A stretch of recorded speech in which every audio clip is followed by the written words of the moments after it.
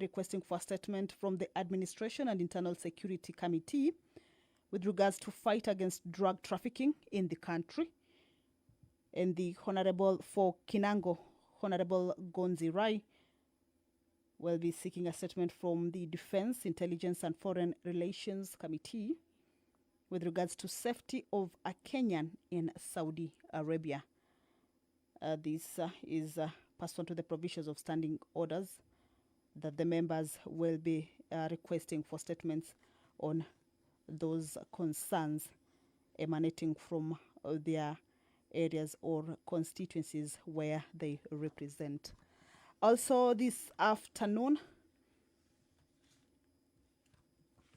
a sitting that is usually set aside or allocated for responses to questions by cabinet secretaries.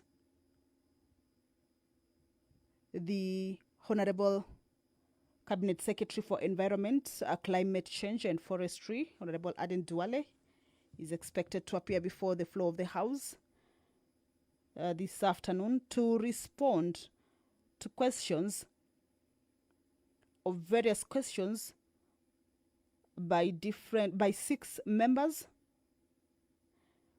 The member for Alego Usonga, Honorable Samuel Atandi, will be seeking to get an explanation from the Cabinet Secretary for Environment, Climate Change and Forestry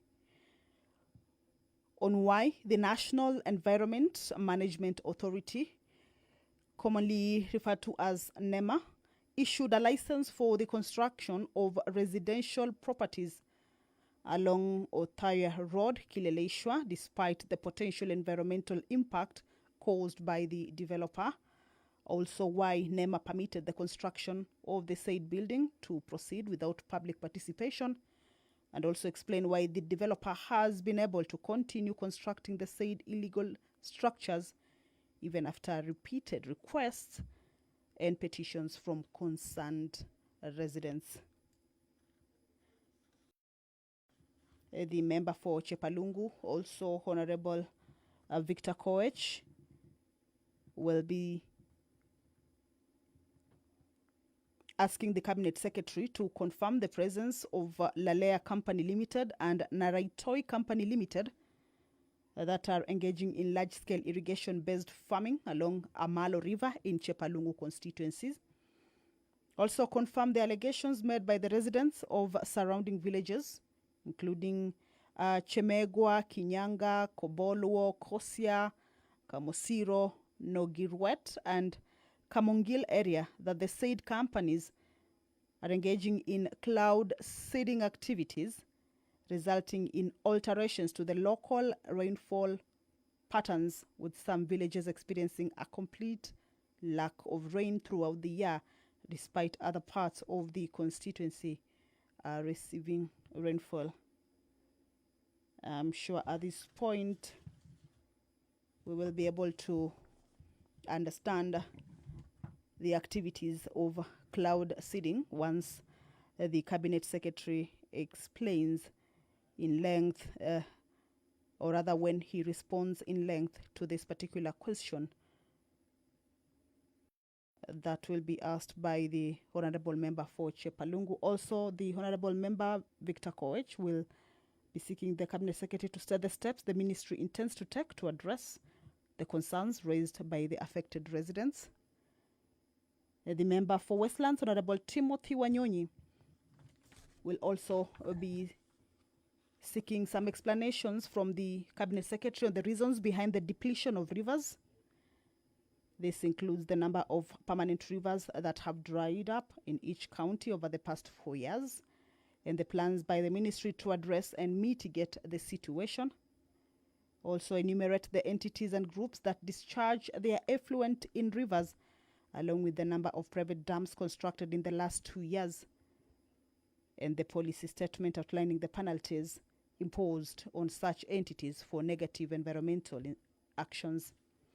The member for Nakuru County, Honorable Liza Chelule, also will be seeking some elaboration from the Cabinet Secretary on the initiatives undertaken by the ministry to preserve wetlands and catchment areas, within the country and further state the effectiveness of such institutions. That is the Speaker of the National Assembly, Honorable Dr. Moses Wetangula, making his way into the chamber already inside the chambers.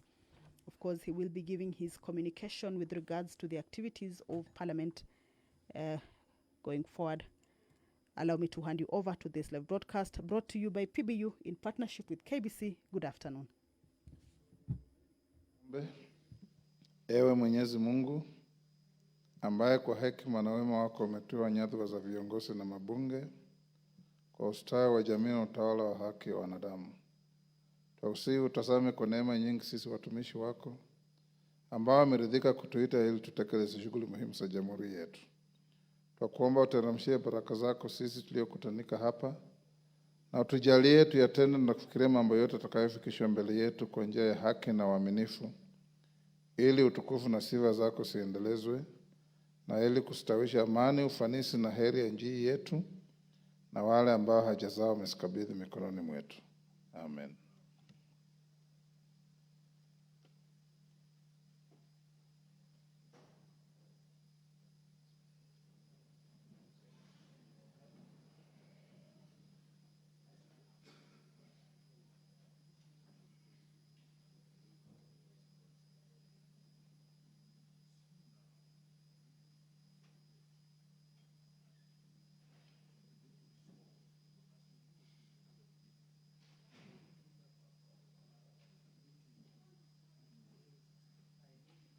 Sergeant, ring the quorum bell.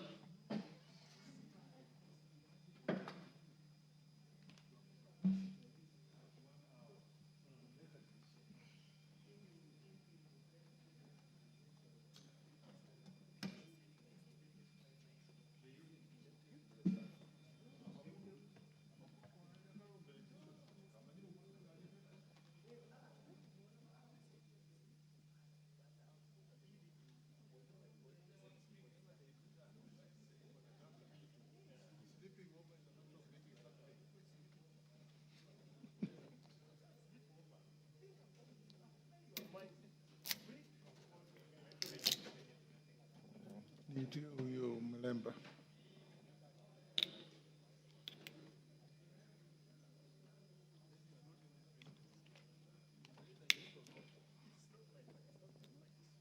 Mwalimu.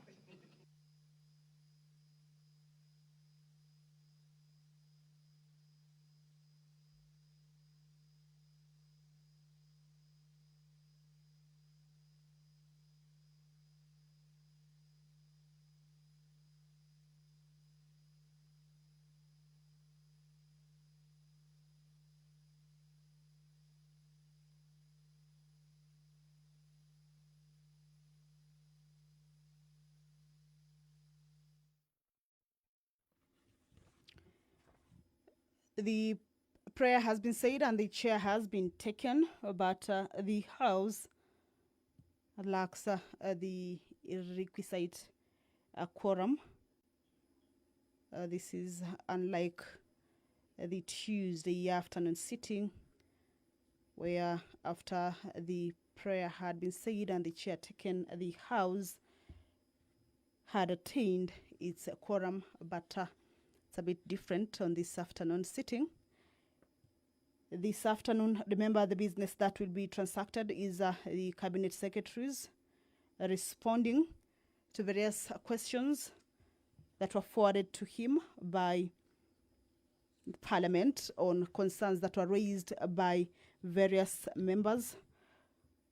These are matters that relate to either county, inter-county, national, regional, or even international concerns that the cabinet secretaries appear before Parliament to respond to those concerns. And this afternoon, we expect the cabinet secretary for Environment, Climate Change and Forestry, that is the Sergeant at Arms, indicating that the quorum has been achieved, as is the tradition.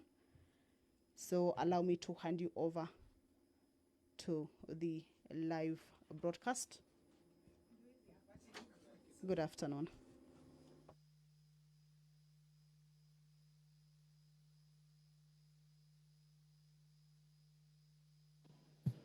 Members, we now have quorum to transact business. Clerk.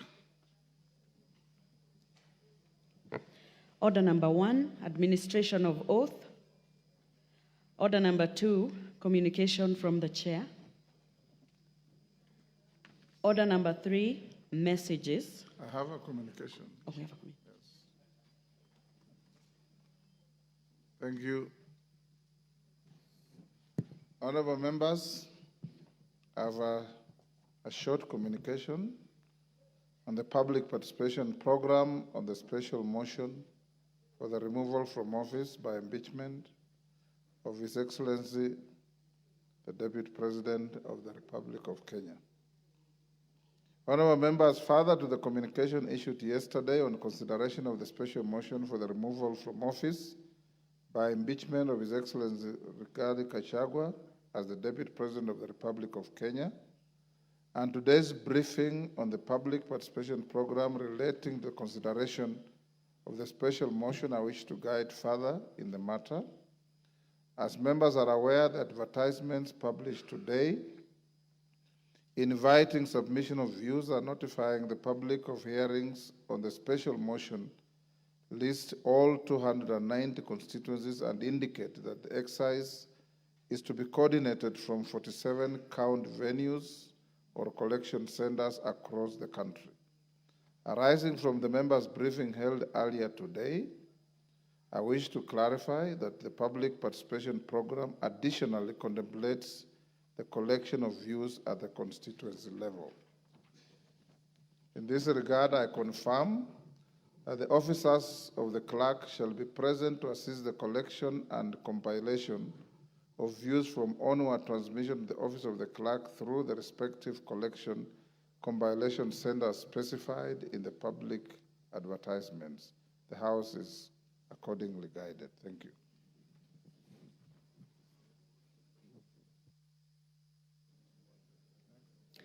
Order number 3, messages. Order number 4, petitions. Order number 5, papers. Majority Leader.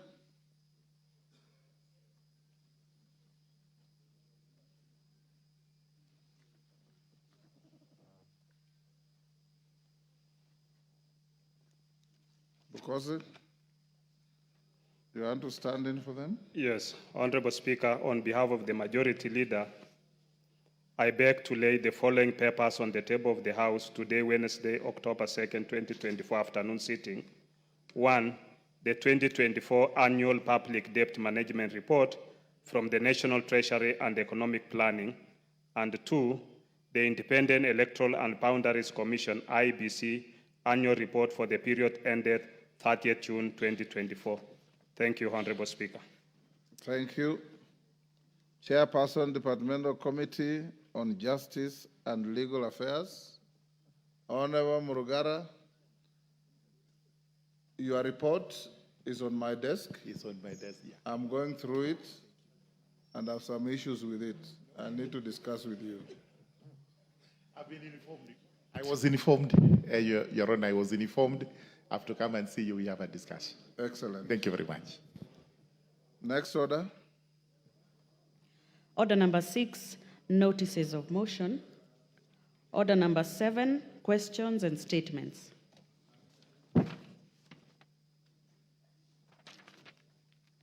Honorable members, there is a request for statement by Peter Mbogo, MP Mwatate. Is he in the House? Peter Mbogo. Honorable Tindi Mwale, you may proceed. Thank you, Honorable Speaker. Honorable Speaker, pursuant to the provisions of Standing Order 44-2C, I rise to request for a statement from the Chairperson of the Departmental Committee on Administration and Internal Security regarding the fight against drug trafficking in the country.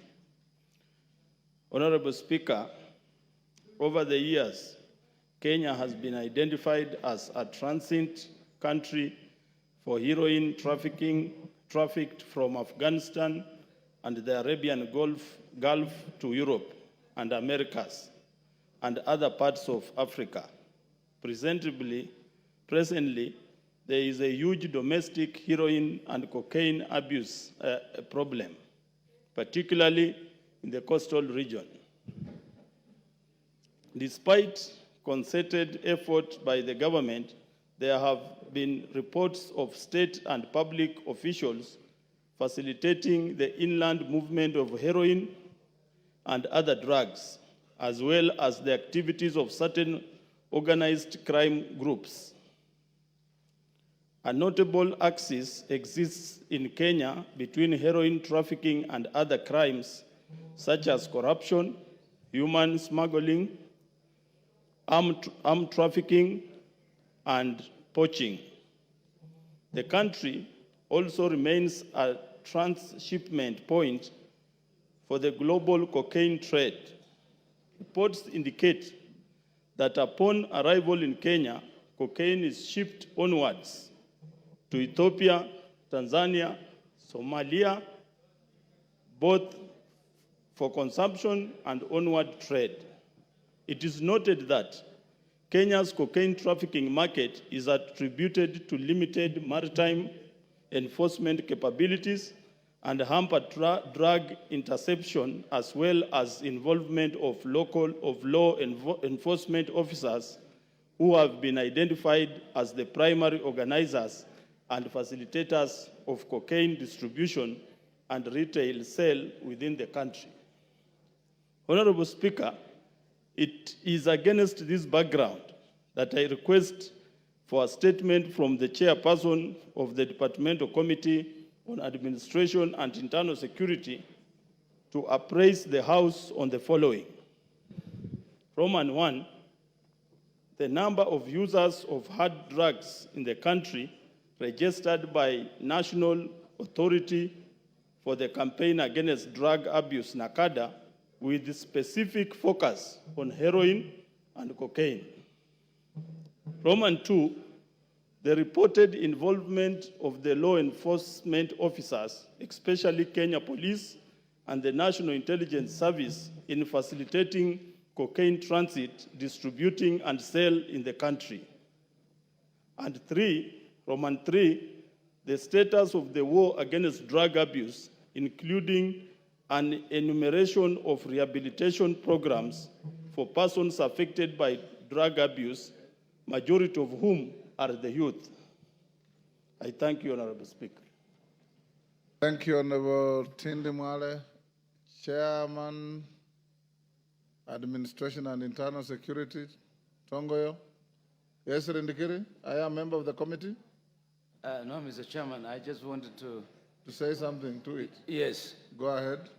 Mr. Speaker, this issue of drug and substance abuse is increasing day by day, particularly among our youth and in schools. Honorable Mwale has brought it at the right time, and I think it's a serious problem, and this needs to be fast-tracked. And I think we need more information from every region. I agree with the statement that there are some public officers who are conduits and the protectors of the drug traffickers. Mr. Speaker, if we have to save the generation of our youth, I think we need to have a deeper report, and I'm pleading with all the members in this House, including myself, that we avail information on what we know, not necessarily in one specific region. We all come up together and join hands, providing information that we collect from the constituencies so that this report is properly enhanced. I ask that the committee should not latch on this. Thank you, Mr. Speaker. Yes, Rwaida. Asante Bwana Spika. Bwana Spika, nampongeza mwanzo mheshimiwa kwa kuleta swala hili la mihadharati hapa bungeni. Kusema la kweli, hili swala linatuathiri sana. Na kabla sijaendelea kuchangia, nataka mheshimiwa uchukue tahadhari sana. Mimi mwenyewe hapa nilikuja nikataja majina ya kwangu, na ilikuwa mwanzo wa maisha yangu kubadilika. Bunge la 12 nilikasirika, ilikuwa imezidi, nikaja nikataja jina. Maisha yangu ilibadilika, ikabidi sasa nitembee na askari kila pahali. Na nikaongezewa na askari. Na nashukuru bunge hili walinisaidia sana. Hii shida iko na ilikuwa imeletwa mpaka kuzungumza, inakuwa ukizungumza wewe ndio unakuwa mbaya. Wale wanauza mihadharati si wabaya, wewe unayezungumza kama mbunge. Kuna siku mimi nilienda pahali kwa mkutano, nikazungumza, nilikaribishwa nikazungumza. Kuna mtu alikuja akanishika hivi akaniambia usizungumze maneno hayo. Yaani ukizungumza umewaletea wao shida. Wamekuwa wale wanayouza wana power zaidi kushinda hata wewe mbunge, unakatazwa hata usizungumze. Wakati experience yangu wakati nikiomba kura, madrug dealer paka wa Lamu West wote walitoka wakaja Lamu East kunipinga nisipate, lakini Mwenyezi Mungu akawa na mimi na ndio nikarudi hapa. Hii tatizo kwangu Lamu East iko kubwa sana. Youth wetu ilikuwa percentage inaongezeka. Mwanzo ilikuwa ni nimesahau hizo numbers, lakini Red Cross wanazo. Vile inaongezeka ni maajabu. Watoto wameathirika, watoto ni vulnerable kwa sababu wako pale karibu na mpaka. Wale wakitumika vibaya itaanza kuleta hatari sana. Kwa hivyo jambo hili la mihadharati, mimi nataka pia kama ni waziri anakuja na mimi nije nichangie hapo. Sahihi, naomba permission kabisa niwe friend of that committee, niende pia. Kuna matatizo tunawajua paka majina tunawajua speaker. Kama kwangu eneo bunge langu wote wanauza mihadharati. Ukichukua mtoto ukimwambia nipeleke nani anauza mihadharati, anaweza kuonesha ni huyu anauza mihadharati. Lakini ukitaja majina nitapata tena shida nyingine. Hiyo shida nimeipata paka naogopa sasa. Ni shida. Watoto utamuona ameumia, anatoka usaha, ukimpa 200 anakimbilia nipe 200 aende hospitali, anaenda kula mihadharati. Hili tatizo liko na linatuathiri sana. Na tukiliacha kuendelea zaidi itatuathiri zaidi. Asante. Sasa hii angalau mmeanza kusema huku, lakini cost ni zaidi. Lilikuwa ni janga la cost tu, sasa ile kwa limekuwa janga la Kenya nzima, cocaine. Asante. Na kwangu si cocaine peke yake. Kwangu kuna drugs zinatoka ni tembe. Zinaitwa karambela. Nimezungumza mpaka kwa security meeting, naambiwa zilete hizo karambela tuzione, hatuzijui. Lakini kisha wao wenyewe wameniambia wamezipata. Karambela inauzwa shilingi 20. Youth akikula hizo karambela anakuwa wild animal. Anaweza fanya chochote. Na ziko na hakuna kitu inachukuliwa. Na ziko speaker, wewe mwenyewe ukitumana hapa mtu aenda kanunue pahali, utapelekwa paka hapa ndio anauza. Hakuna ambaye hajui nani anauza. Ni hawachukui tu majukumu. Asante.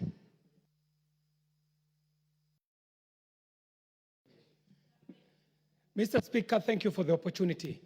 And I think cost, yes, suffers a disproportionately higher percentage of users, but cities like Nairobi are also suffering. And Mr. Speaker, as this request for statement goes to the committee, I'm hoping that the committee will apply itself on 2 very critical issues. One, on the role of NACADA. Mr. Speaker, NACADA in its current form and state cannot deal with the drug issue in this country. In fact, we might want to think as a parliament whether we want to make NACADA to be directly under the President's office or the Ministry of Interior, so that it gets the teeth that it needs to bite. Because the elements that are needed... NACADA is under Ministry of Interior. In agreement, Mr. Speaker, yes. You didn't let me prosecute. Yes. It is not fully there because, Mr. Speaker, there are some functions of NACADA that have been taken up and put in county governments. And what is happening is that the revenue that counties are looking for is encouraging them to open as many bars as possible. And these bars, not only is alcohol being consumed there, but these bars are also the places where drugs are being trafficked through. So NACADA now ends up suffering the problem of not having resources to undertake the war against drugs, but the counties on the other side are also licensing too many bars, even close to schools, close to hospitals, residential areas, and so on. The second issue, Mr. Speaker, is that when the issue of drugs was brought to this parliament, you are a member of parliament, Mr. Speaker, and I do remember the former minister, Minister Saitoti, and the issues that were prosecuted in this house. Mr. Speaker, we will need as a nation to move this war of drugs from fighting users to following the chain. From the user, there is a peddler. From the peddler, there is a dealer. From the dealer, there is the baron. From the baron, there are international cartels. And this user would never get the drugs if these drugs never found their way into the territory of Kenya. So the problem is way higher up than this young man or woman that we're criminalizing as a user. The user is at the end of the chain. So as the committee is prosecuting this matter, let us also see what it is that we can do to upscale this fight from the level of the ground where we are criminalizing the user all the way to the peddler, to the dealer, to the baron, and see how then we can also arrest it using the international instruments that are available. Mr. Speaker, I thank you for this opportunity. Justice Kamei.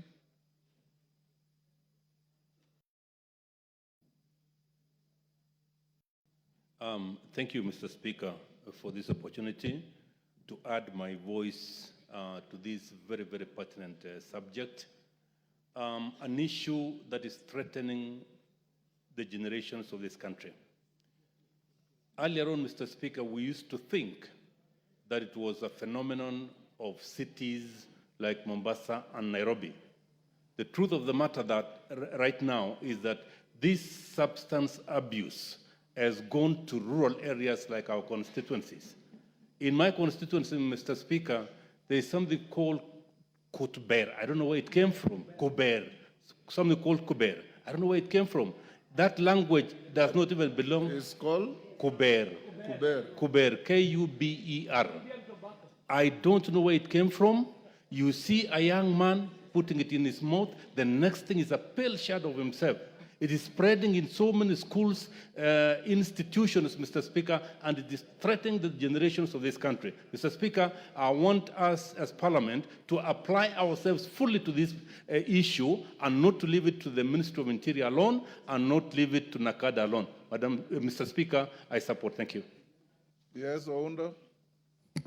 Honorable Speaker, thanks a lot for my colleague, Mheshimiwa Tindi Mwale, for bringing this matter. But I think it's being too elitist to only consider these imported and high-value drugs.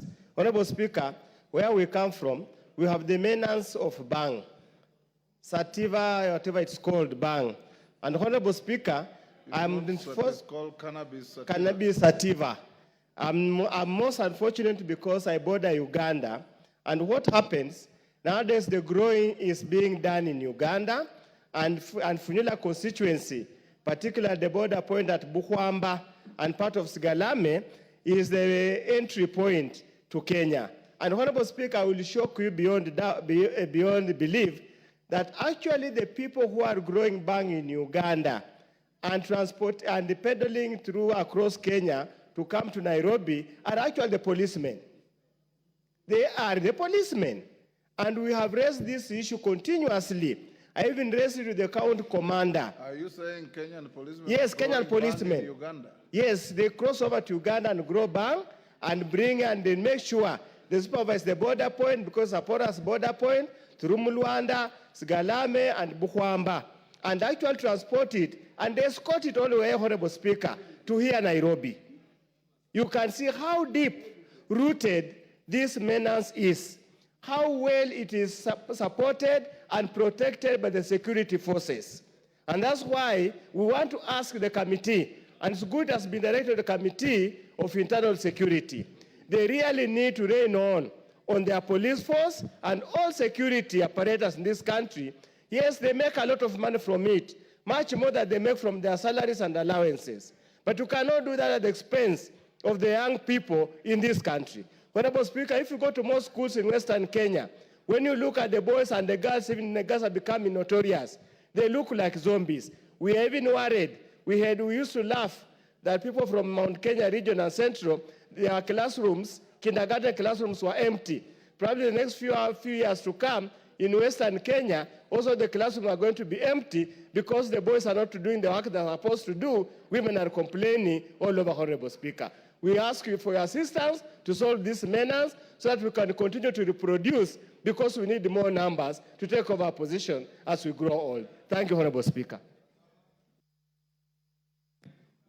Honorable Katana. Asante Bwana Spika. Swala la mihadarati ni swala nyeti sana. Bwana Spika, zamani madawa ya kulevya yalikuwa yanapatikana mijini, lakini kufikia sasa yameingia mpaka mashinani, na wanaumia zaidi ni watoto wa shule. Bwana Spika, watoto wetu siku hizi wameanza kujiua kwa sababu wakikula madawa ya kulevya kufikiria kwao kunakuwa ni duni. Tujiulize swala moja Bwana Spika. Kenya hatuna shamba la cocaine wala hatuna shamba la heroin. Haya madawa yote ya kulevya yanatoka nje. Ni wapi ambapo kuna ulegevu ambapo inaruhusu madawa haya kuingia katika nchini? Kama vile ndugu yangu amesema, kuna baadhi ya vitengo vya usalama ambao wanajua ni kina nani wanaleta mihadarati, wanajua ni kina nani wanauza mihadarati, lakini watu hawa hawawezi kushikwa kwa sababu wanalindwa na wanalipa baadhi ya polisi wetu ili waweze kuwalinda waendelee na biashara yao haramu. Ni wakati mwafaka Bwana Spika, kama taifa sisi sote bila kulaumu mtu yote tujitolee kama Wakenya kusema kwamba swala la mihadarati ni lazima liharamishwe katika nchi yetu kwa sababu linahatarisha usalama wa kitaifa. Asante Bwana Spika kwa kunipatia nafasi. Bwana Katana, tayari limeharamishwa. Is unlawful to be found with the drugs. Bwana Spika, ndio tunasema vitengo vya usalama vimelegea. Ni lazima kwa sababu hatuna mashamba ya cocaine, hatuna mashamba ya heroin. Kule zinakotoka ni lazima waangalie kama zinakuja kwa njia ya meli ama kwa njia yoyote, mipaka yetu lazima ilindwe, tuhakikishe kwamba hakuna mihadarati inaingia katika taifa letu. Asante Bwana Spika. Benja will be the last. Thank you, Mr. Speaker. I want to thank the honorable member for bringing up this matter. Mr. Speaker, drugs are threatening to kill our whole generation, Mr. Speaker. Mr. Speaker, as the committee looks at this matter, I want to propose to them that the committee should look at who are the actors, Mr. Speaker, where are the failures in terms of enforcement, Mr. Speaker. And number three, Mr. Speaker, much more important, is we might accuse NACADA for not performing, but we must also look at the law that establishes NACADA, whether we can propose amendments to that law to give it more powers, more teeth, Mr. Speaker, so that they can be able to act accordingly, Mr. Speaker. So I support the statement. Chair Security, Owen Bayer.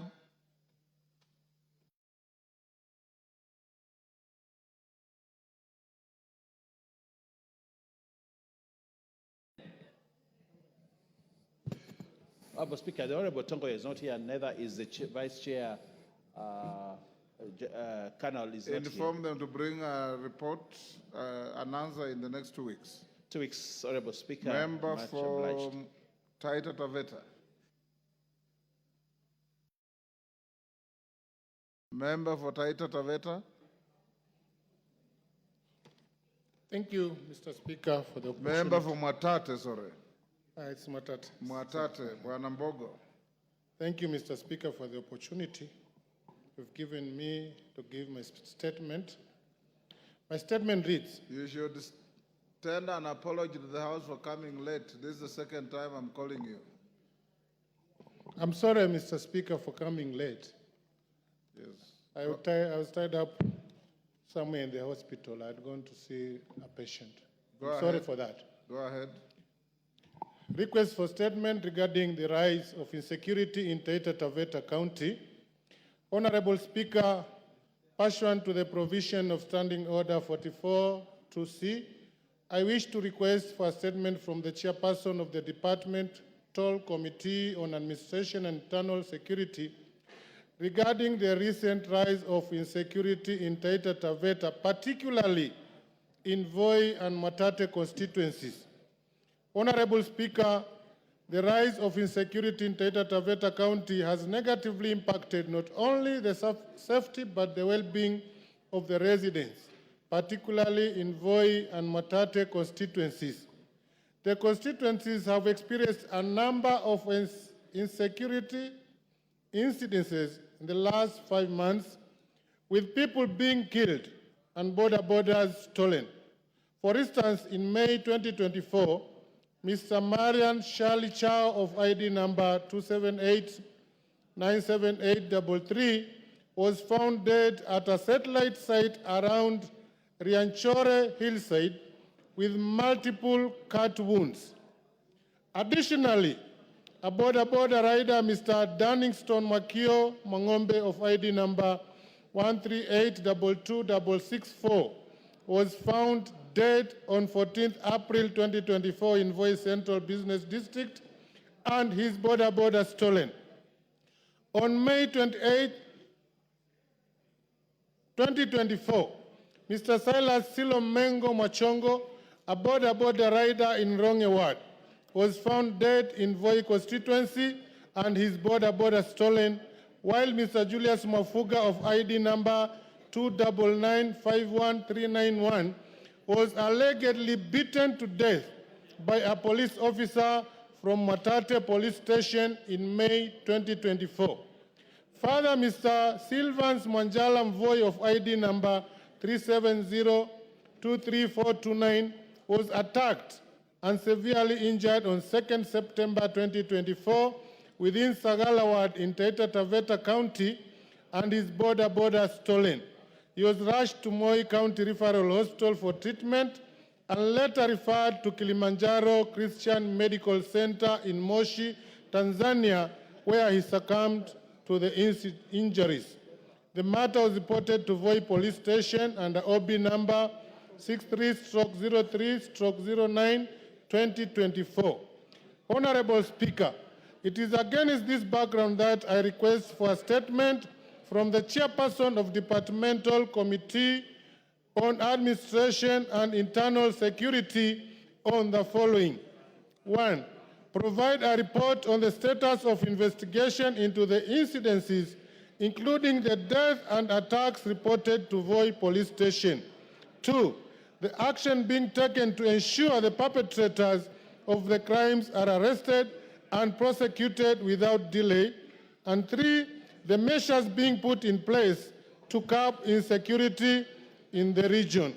I thank you, Honorable Speaker, on Peter Mbogo, MP Matate constituency. Thank you, Honorable Mbogo. Owen Baya, inform Tongoyo to bring a response in 2 weeks. If you allow me to say something. Yes. This is the 4th statement, request of statement on insecurity in Taita Taveta that I have had. I remember Danson Mwashako raised it, and I think another member also raised it. It doesn't seem to go away. And I have had them mention somebody I know from Rongeju. And Honorable Speaker, I think we need to look at this just bringing of statements and stating facts the way they are without looking for a solution to the problem is making us act in vain. Probably, Honorable Speaker, you may need to give a direction that something be done, because a statement will be written, it will be brought here, it will be read, and no action is being done to ensure there is security in Taita Taveta. So, Honorable Speaker, even when we give these statements, some action needs to be done. And I don't know what direction you will give, but I have had my mother's relative having been killed. They will finish those people and I'll have no uncles left. So, Honorable Speaker, I think we need a much more robust action on the ground. Whether you need to order those people there to sit down and review the security there and give us a report. Otherwise, somebody will sit at the headquarters, write a report, and tell us, yes, it happened, this day happened, this thing happened, and that is what it is, as it is. And it does not help to solve the problem. We would like to have a solution there, and this parliament can enforce the solution, Honorable Speaker. The next minister to appear before the House is likely to be security, so be ready to confront him with the questions. including insecurity in Mwatate. In the meantime, the members elected to come to the House to be answered by the committee, so the committee chair will bring a response in 2 weeks. But Mr. Mbogo, Honorable Mbogo, I'll give you an opportunity when the minister comes for you to prosecute that concern. Next, Gonzirai, member for Kinango. Here, sir. Honorable Speaker, pursuant to the Provincial Standing Order 44 into brackets 2 into brackets C, I rise to request for a statement from the chairperson of the Departmental Committee on Defense, Intelligence and Foreign Relations regarding the safety of Ms. Riziki Luvuno Mambo, holder of passport number AK 325501, who went missing in Saudi Arabia in March 2024. Honorable Speaker, Madam Riziki Luvuno Mambo has been residing in Saudi Arabia since July 2023, when she moved there for employment. However, her family, with whom she maintained regular communication, claims to have lost contact with her on the 12th of March 2024, raising concerns about her safety and whereabouts. Following her lack of communication, the family received reports on 23rd of April 2024 that they said that she had been arrested and was being held at Jeddah Sawara police station in Saudi Arabia. It is alleged that she was found in a state of distress, wandering the streets, and appeared to be suffering from mental health condition. Efforts by the family to secure her repatriation to Kenya have not been successful.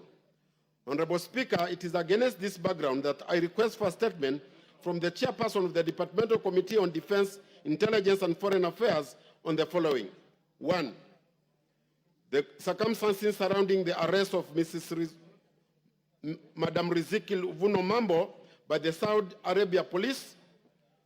2, steps that the relevant government agencies have taken to ascertain her whereabouts and secure her expedition release from custody and repatriation to Kenya for proper physical and mental care. And 3, the measures that the government has taken to guarantee the safety of all Kenyans living and working abroad to ensure that they receive timely government assistance in case of distress. I thank you, Honorable Speaker. Thank you, Honorable Rai. Chairman, Defense, Intelligence and Foreign Relations. Thank you, Honorable Speaker. I will get the response in 2 weeks. 2 weeks. So that. Next order. Yes, Ondo. Honorable Speaker, and I request Honorable Mbaya to ask the Chairman of Health to pay attention. Please, can we get the attention of the Chairman of Departmental Committee of Health? Sir, Honorable Ondo is craving for your attention. Honorable Speaker, yesterday afternoon, the Chairman, I read a statement from the Minister of Health concerning the rollover from NHIF to this new animal called, I don't know, it's called sheaf or shah or whatever it is called. And Honorable Speaker, since yesterday, I being one of them, and I'm sure many of our colleagues here will bear me witness, we have been inundated by so many calls from our constituents who are generally stranded in hospitals.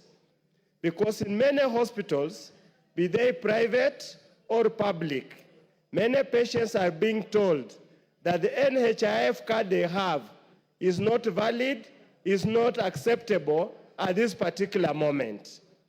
And that's why I want, with your indulgence, Honorable Speaker, the chairman, being the representative of the executive here, and me being a member of the government, to assure the Kenyans wherever they are, to give this assurance and give it to these members of parliament and all Kenyans wherever they are, that the transition from NHIF to SHIF is seamless, when if you just have the card for NHIF, you still receive the same services that you would have received under the new chief as we wait the transition process to be completed. Honorable Speaker, let me go on record. And let me go on record. Again, somebody distracting the attention of the chairman. It seems he's extremely on high demand. Honorable Speaker, let me go on record.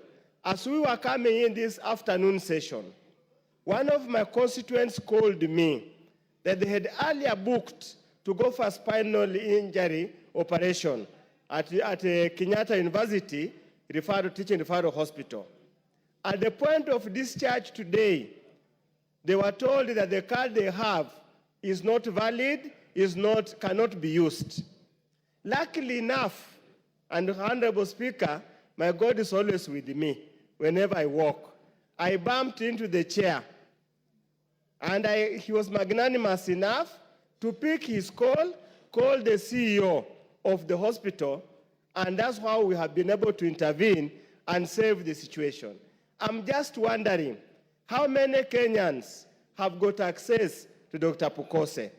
How many Kenyans can the CEO of any of this referral hospital pick their calls and listen to them? So we want him to give Kenyans an assurance that whichever any kind of those kind of issues arise, it must be seamless and very clear that you simply have to confirm you are a full paid up NHIF contributor and you will be attended to and discharged as per the existing agreement. I hope, Honorable Speaker, this will save the trouble and the pressure many members of parliament are going through at this particular time. For you, Dr. Pukose, for what you have done today, may the Almighty God increase the number of noises in your homestead. Thank you, Honorable Speaker.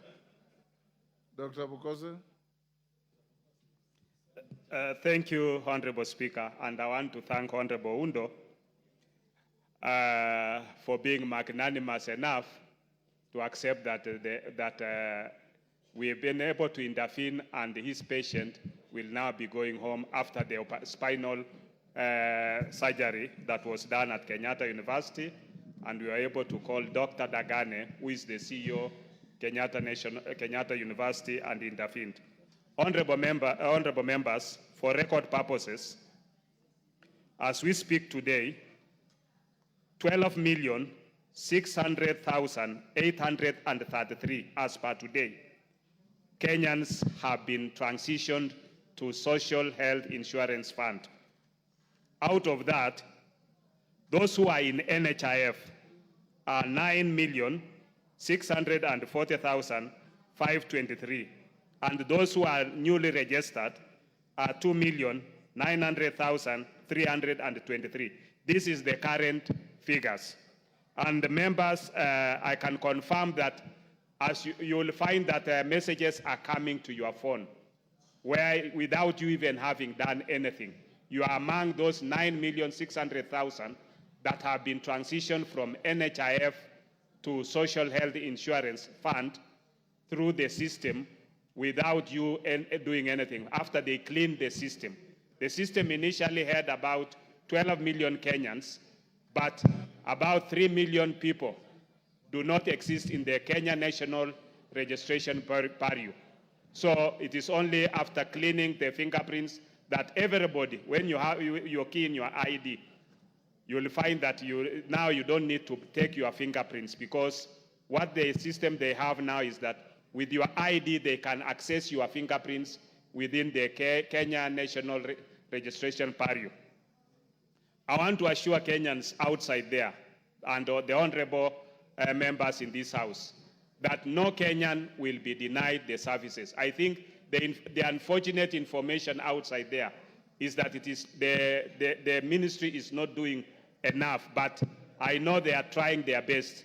But we want the information to reach to every Kenyan that if you are a paid up member on the NHIF, you will automatically transition and your services will not be interrupted.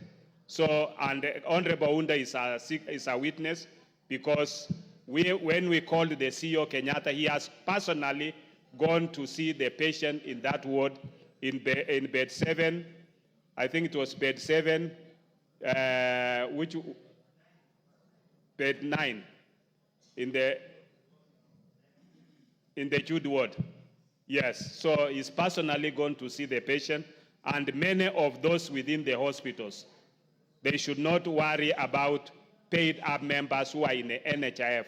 They have now been transitioned, and the Social Health Insurance Fund is doing its best to send messages so that you get messages to know that you are up to date. And they have also created an emergency line, which is a toll line, which they can be able to respond to any questions when you have challenges. We know this is a teething problem, but the ministry is up to its position to make sure that no Kenyan is denied services wherever they go, and they are paid up members. Thank you, Honorable Speaker. Majority Leader, your Thursday statement.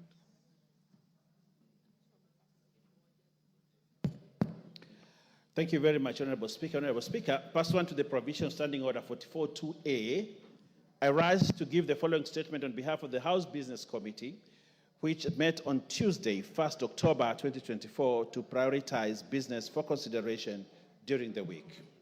Honorable Speaker, as you are aware, this morning the House resolved to suspend its sittings of Thursday, 3rd October 2024, so as to allow administrative arrangements necessary to facilitate the program for public participation on the special motion for the removal from office by impeachment of His Excellency, the Honorable Rigathi Gachagua, Deputy President of the Republic of Kenya. Consequently, the House will reconvene on Tuesday morning. Honorable Speaker, with regards to business scheduled for Tuesday next week, members will note that the House will convene from 9 a.m. to commence consideration of the special motion on the proposed removal from office by impeachment of His Excellency Rigathi Gachagua, Deputy President of the Republic of Kenya. In line with the procedural motion passed by the House, it is expected that during the afternoon sitting, the House will sit until conclusion of the debate on the special motion. Honorable Speaker, in view of the foregoing, I urge members to be present and actively participate in this vital constitutional process. Your insights and contributions are critical, and together, Honorable Speaker, we can ensure that our deliberations reflect the collective wisdom, values, and aspirations of our society. Members, let us come together not just as legislators, but as stewards of integrity and future of our motherland. A robust discussion will allow us to consider various perspectives, ensuring that our final decisions are well informed and representative of the views of our constituents. As representatives of the people, it is our solemn duty to engage in discussions that uphold justice, equality, and the democratic principles that define us. Notably, Honorable Speaker, this matter transcends party lines and speaks to our commitment to good governance, accountability, and fidelity to the Constitution and the rule of law. Indeed, as the Indian author and philanthropist Rohin Nilekani once said, we cannot be mere consumers of good governance. We must be participants, and we must be co-creators of good governance. I end the quote.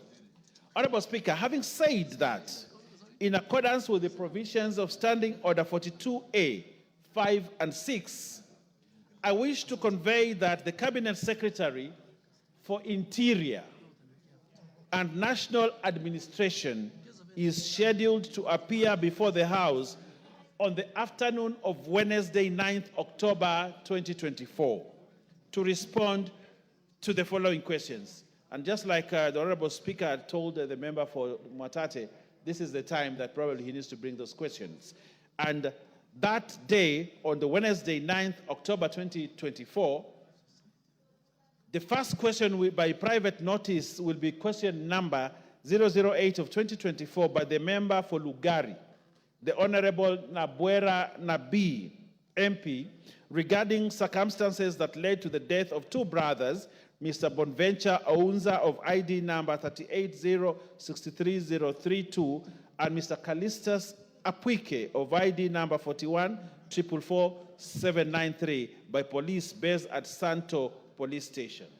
Secondly, Honorable Speaker, is the question by private notice number 11 of 2024 by the member for Moyale, the Honorable Professor Jaldesa Guyo Wako, the gynecologist, regarding the status of the investigations into the shooting of Ms. Kabale Galgalo Guyo of ID number 3976-3161 around Kangemi Mosque in Nairobi County. The next question is question number 271 of 2023.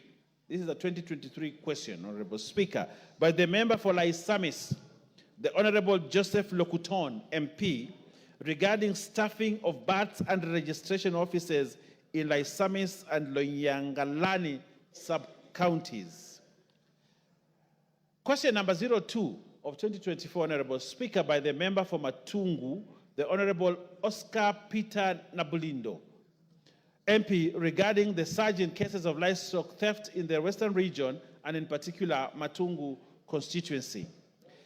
Another question, number 3 of 2024, by the member for Kinango, the Honorable Gonzi Rai, who I saw around here, is regarding the deployment of the contingent of General Service Unit GSU to Kazamoyo village in Kwale County. Question number 5 of 2024 by the member for Bahati, the Honorable Irene Njoki, MP, regarding the replacement of the vehicle with registration plate number GKB 340J assigned to Deputy County Commissioner for Nakuru North Sub-County. The other question, Honorable Speaker, is question number 37 of 2024 by the member for Isiolo South, the Honorable Tubi Budi, MP, regarding the special vetting of ID cards applications carried out by the Ministry for the residents from northeastern and other border regions of the country. The next question is question number 45 of 2024 by the member for Fafi, the Honorable Yakub Farah, MP, regarding actions taken by the government to enhance security in Fafi constituency. The next question, Honorable Speaker, is question number 48 of 2024 by the member for Emuhaya, the Honorable Omboko Milemba, MP, regarding the security of the non-local teachers in Mandera County and border northeastern regions. Again, on the cards, Honorable Speaker, is question number 050 of 2024 by the member for Kilome, the Honorable Thaddeus Zambia, MP, regarding the criteria for gazettement of the Nzai sublocation in Makueni constituency. Honorable Speaker, next is the question number 59, 2024, by the nominated member, Hon Irene Mayaka, MP, regarding statistics of fully operational gender desk equipment in police stations in the country to deal with gender-based violence in the country. Again, Honorable Speaker, there's a question number 123 of 2024 by the member for Yatta, the Honorable Robert Basil, MP, regarding the omission of Yatta Sub-County Administrative Unit from the Gazette number 1766 of 14 February 2024. I'm coming to the end, Honorable Speaker, and the second to last question is question number 124 of 2024 by the member for Kiambu, the Honorable Mashua Waithaka, MP, regarding delay in issuing national ID cards within Kiambu constituency. And lastly, Honorable Speaker and members, is question number 126 of 2024 by the member for Sigor, the Honorable Peter Lochakapong MP, regarding the number and contractual details of the employees recruited by the United Nations High Commission for Refugees, UNHCR, to the Department of Refugees. Honorable Speaker, Tuesday is the day we reconvene. Honorable Speaker, we have a long agenda, a big agenda for that day, and as members depart for public participation, I wish them journey masses and good public participation. And therefore, in conclusion, Honorable Speaker, the House Business Committee will reconvene on Monday, 7th October 2024 to schedule business for the rest of that week. This is Monday, not Tuesday, Monday 7th, Honorable Speaker. So members of the House Business Committee be notified so that we'll schedule business for the rest of the week. I now wish to lay this statement on the table of the House today.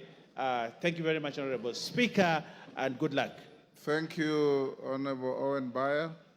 Honorable members, we'll now go to questions. The Honorable Aden Bare Duale, Minister for Environment, or Cabinet Secretary for Environment, Climate Change, and Forestry, is already in the House. Welcome, Waziri. We'll now go to questions. In the interest of time, try to be as precise and concise as you can. Members, I'll only allow one joyrider on each question. No more than that. We'll start with the member for Alego Usonga, Honorable Samuel Atandi. You look surprised, Atandi? No. I'm not surprised, Honorable Speaker. Yeah. I'm aware that the Cabinet Secretary for Environment is supposed to come to He's respond to already my here. question. Yes. So go ahead and ask your question if you are ready, or we move to the next. Honorable Speaker, let me get the question. In the meantime, you can go to the next question. I don't have the question ready. Question 105 of 2024, member for Chepalungu. Oh, thank you. Victor Koech Mandazi. Thank you, Honorable Speaker. I have the question. Mandazi, you are... go back to the bar and bow and come back.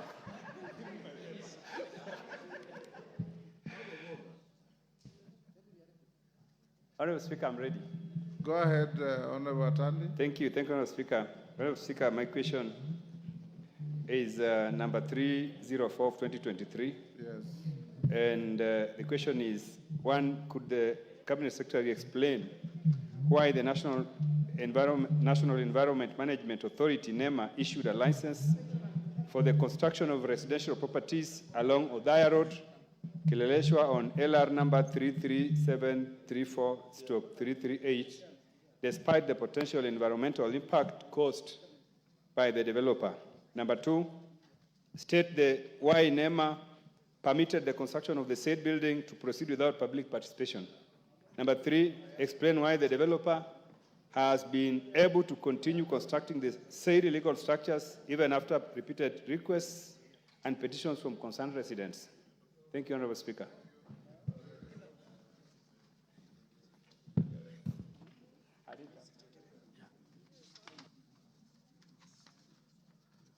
Thank you, Mr. Speaker.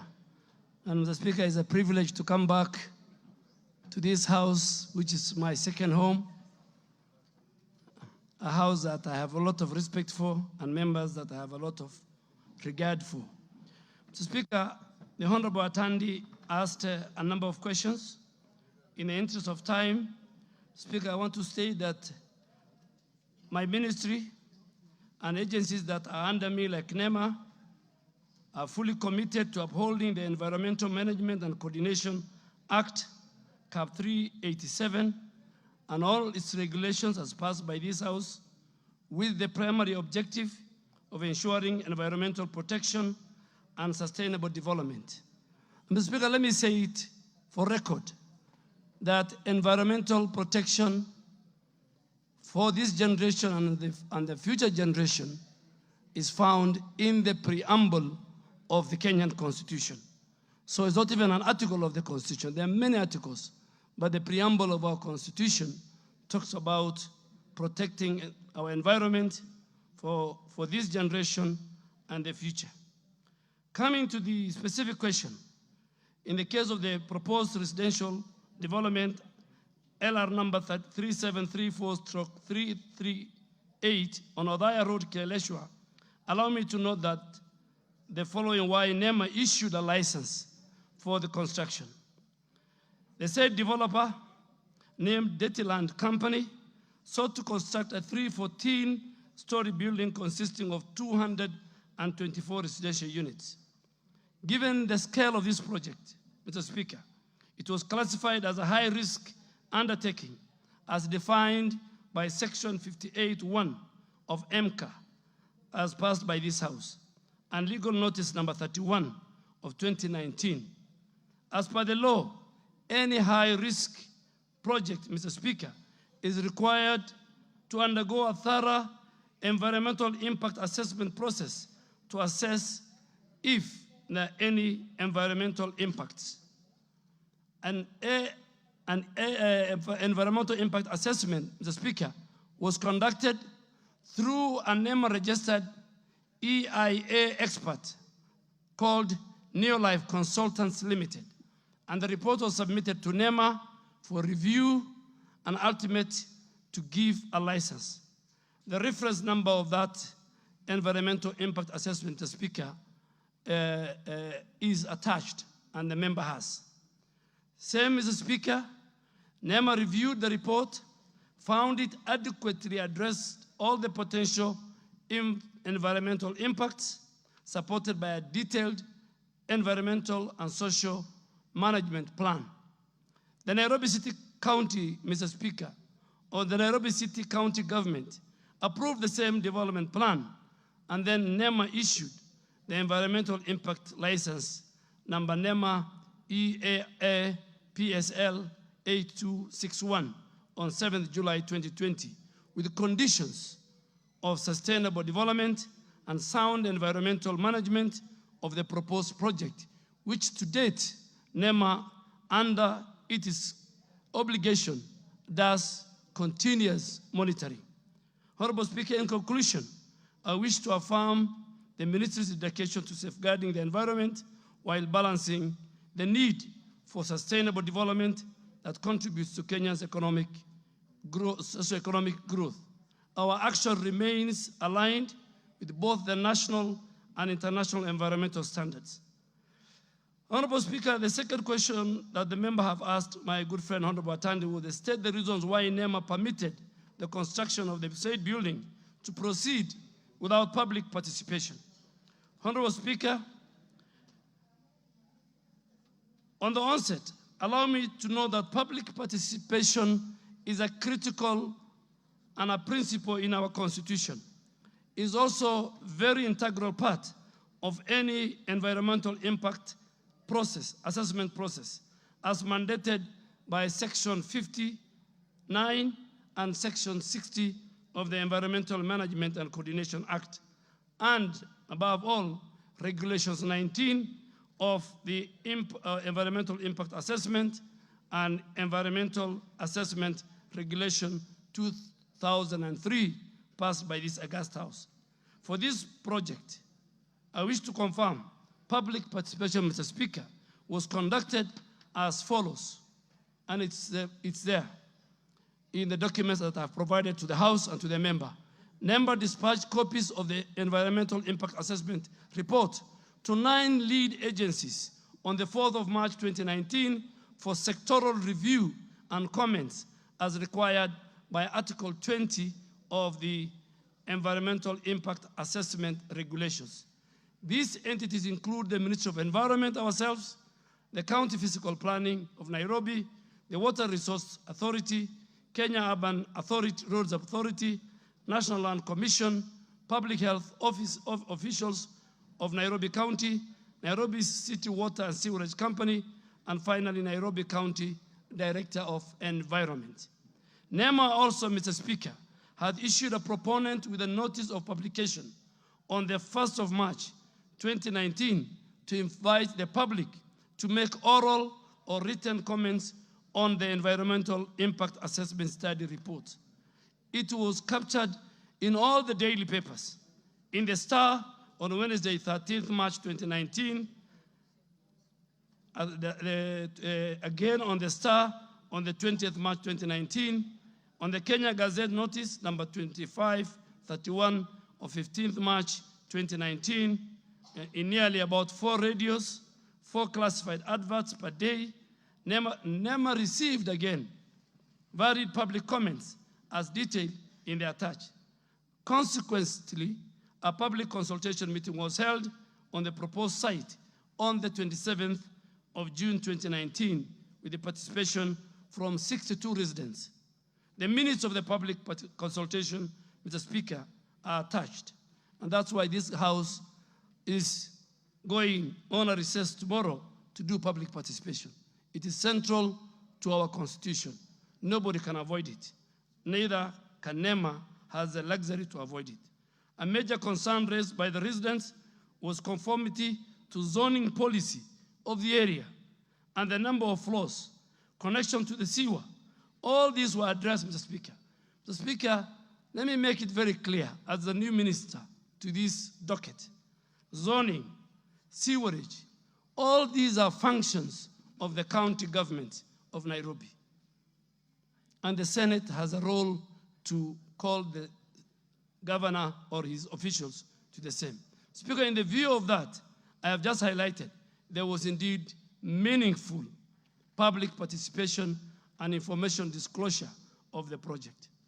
Question 3, Mr. Speaker, was why the developer has been able to continue constructing the said illegal structure even after repeated requests.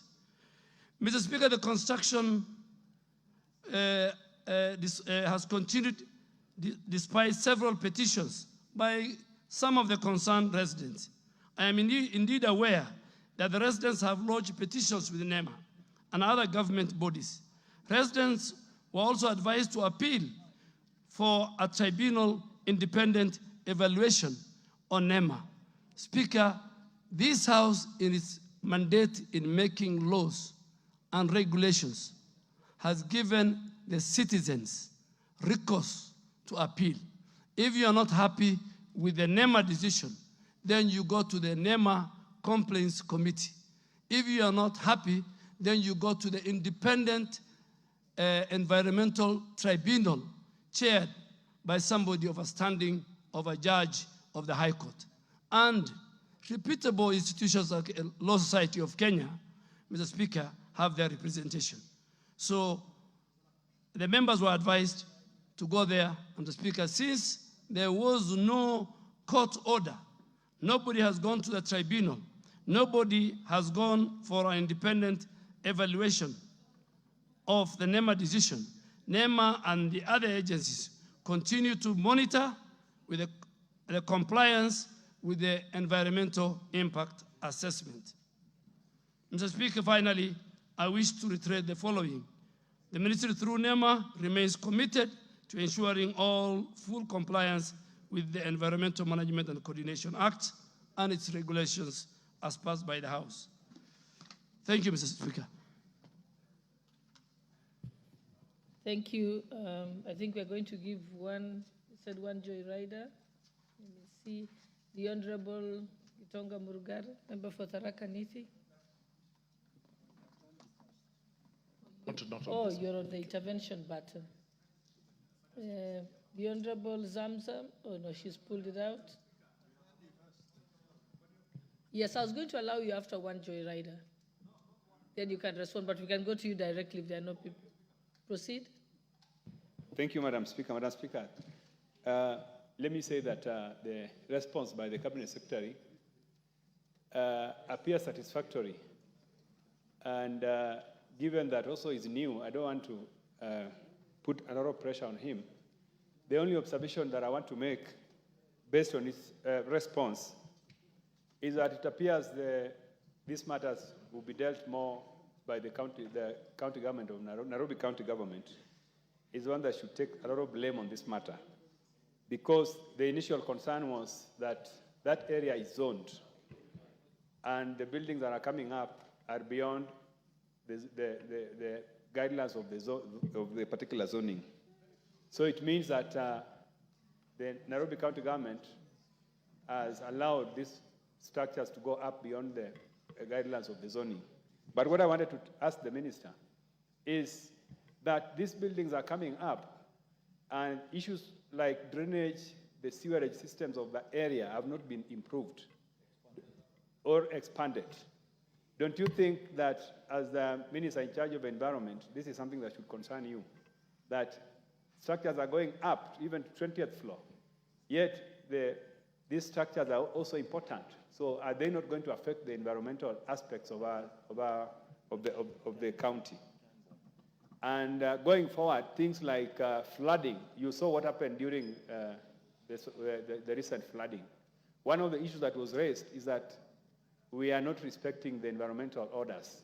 So I wanted to ask you, the minister, because you are new, and this is something that I know you are capable of addressing, can you tell us how you are going to address these concerns?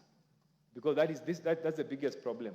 The other issues, as you have explained, we are going to see how they can be addressed by the county government of Nairobi. Because it appears that the county government of Nairobi is also supposed to do, ensure some of this compliance. Thank you, Madam Speaker. Thank you. I think we can go to the next question. Honorable Luku, the time has gone up for that.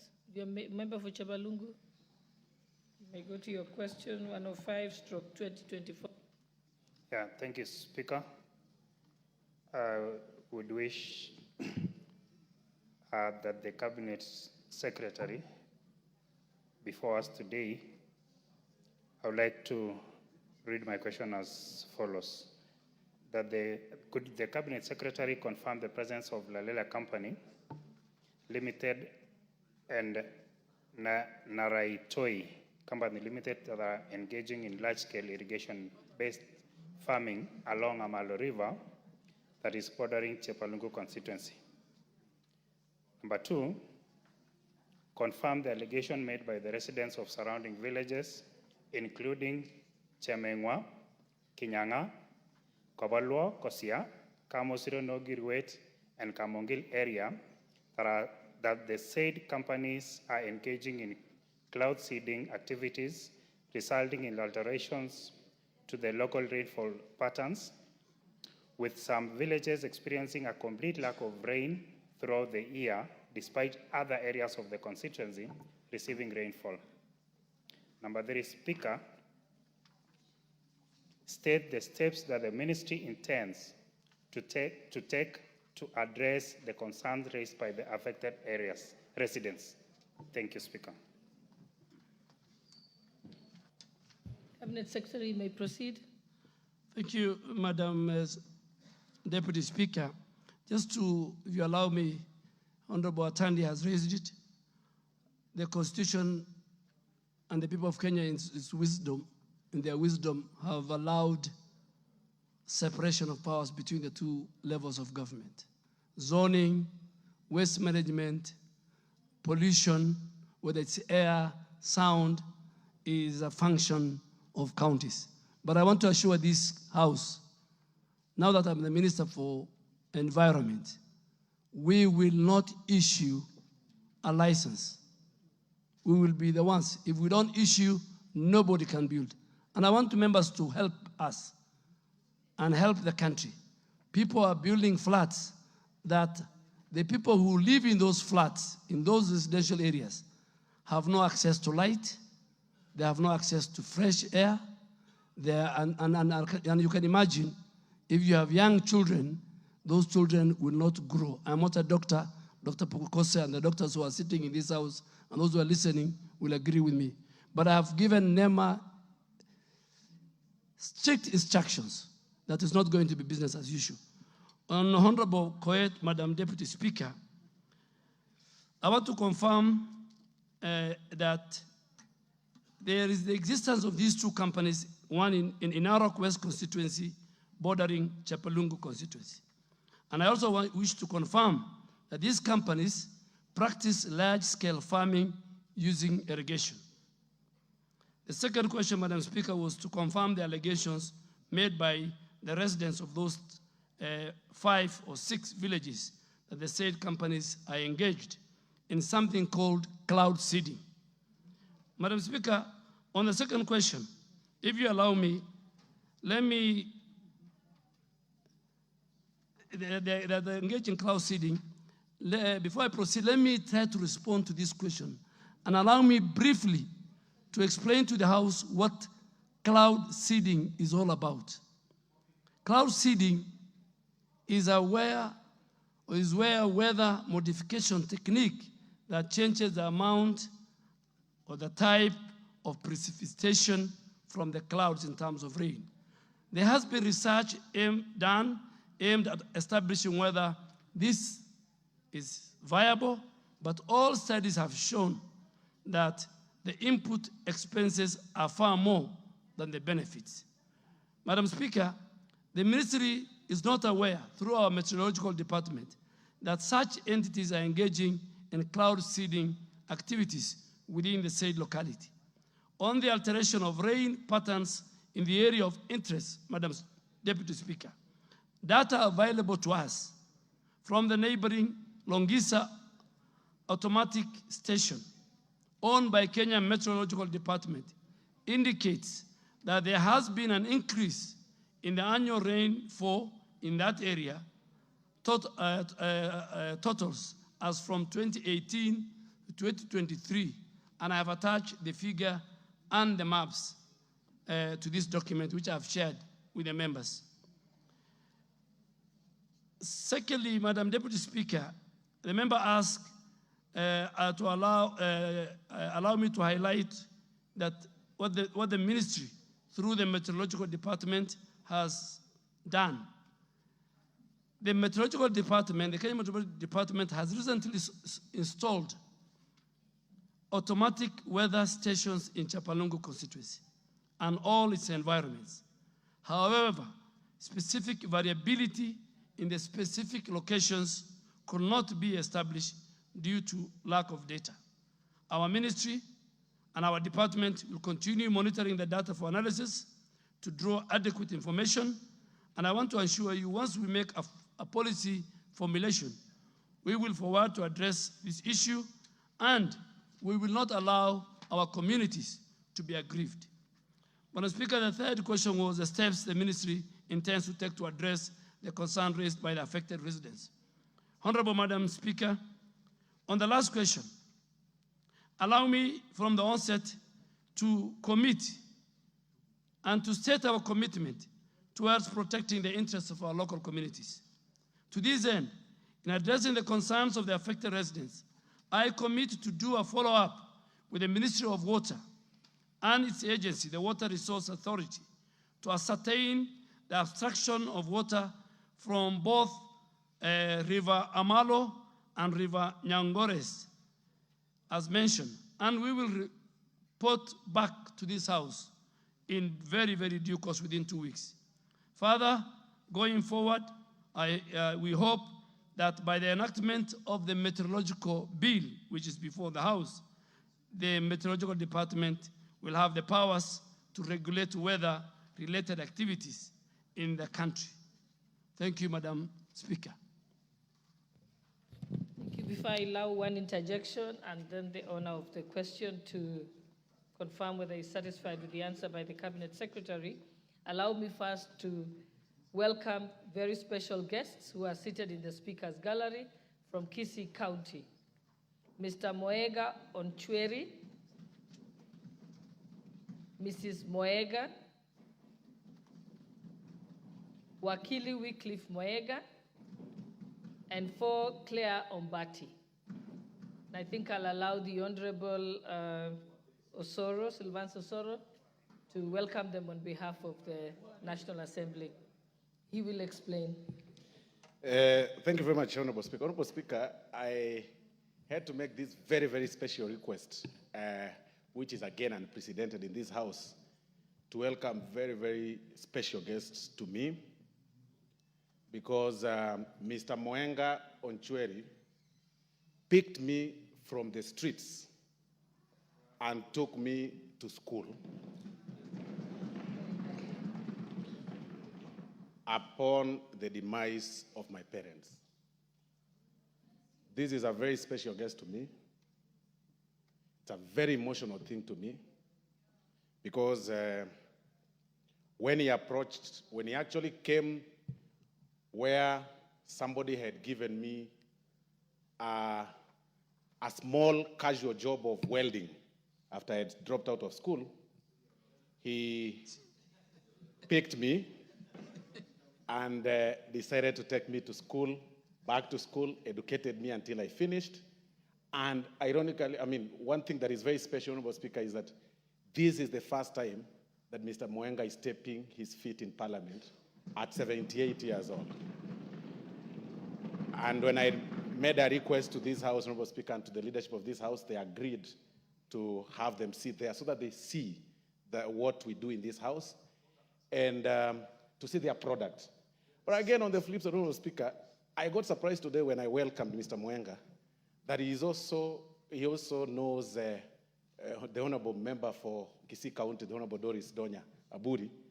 He also educated Honorable Donya Aburi because they actually happen to come also from the same village. So he's a very, very special person.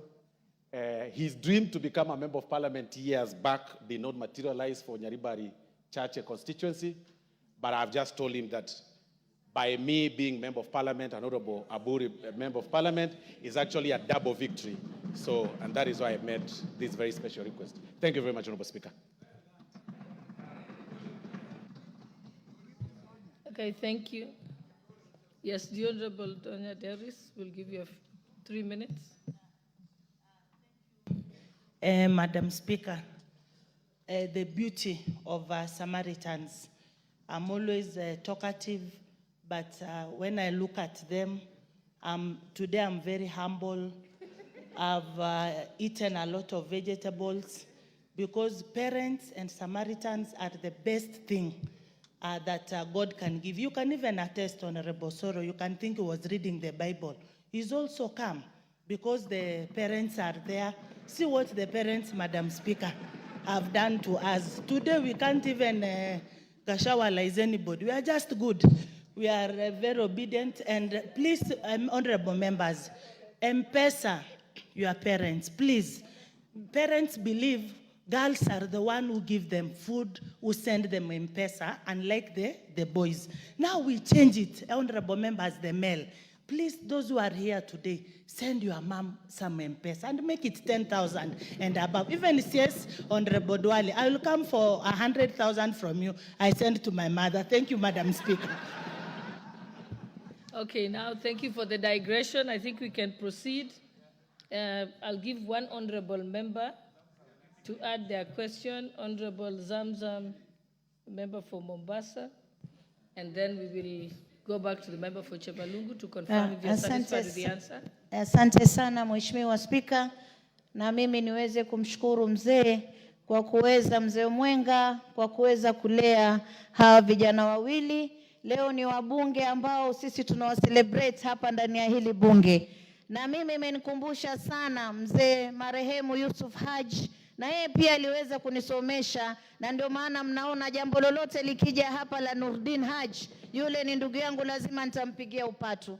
Na sisi ambao tumetoka katika familia maskini, Mheshimiwa Spika, tukasomeshwa, tukanyanyuliwa na wale ambao wanatuonea huruma. Siku zote sisi huwa na huruma, na ndio maana waona turudi kwenye jamii na tuwazidisha upendo kwa wale ambao hawawezi kujimudu katika masomo, na sisi pia tuweze kuwasaidia. Mheshimiwa Spika, nafikiri vile nimepata fursa kabisa nimuulize waziri wa mazingara, na niweze kwanza kumpongeza kuja katika bunge. Asante sana bwana waziri, tunakushukuru sana. Mimi nilikuwa nataka kuuliza, umesema kuwa kuna haya mambo ya mazingara ya sewage na nini ni mambo ya county, lakini hata tukiangalia Mombasa County, Mheshimiwa waziri, Ukiangalia pale Chuda, maji taka, sewage inaingia ndani ya bahari na imekaa miaka mingi sana. Wale watoto ambao wanakaa kule katika sehemu zile za slums wanaenda wakiogelea kule, Mheshimiwa Spika. Ni kwa sababu watu wamejenga majumba bila kuangalia njia zao za sewage zitakwenda vipi, zote wamezielekeza kwenye bahari, Mheshimiwa Waziri. Kwa hiyo mimi nakuomba kama unaweza kulifuatilia. Umesema ni akaunti, lakini mimi nakusihi, maana yake wakati mwingine barua ikitoka kwa waziri, pengine jambo laweza likafuatiliwa likafanywa kwa wepesi, Mheshimiwa Waziri. Kisha nauliza, Mheshimiwa Waziri, unapanda miti ya matunda. Mimi kama mama Mombasa County nimezunguka nikaangalia, miti ya nazi imekuwa chache sana ndani ya pwani. Na kuomba kama mama Mombasa utuletee miche ya nazi ili tuweze kupanda kama matunda, na miche ya maembe iwe ni chakula na pia itaweza kuleta mvua. Asante sana Mheshimiwa Waziri.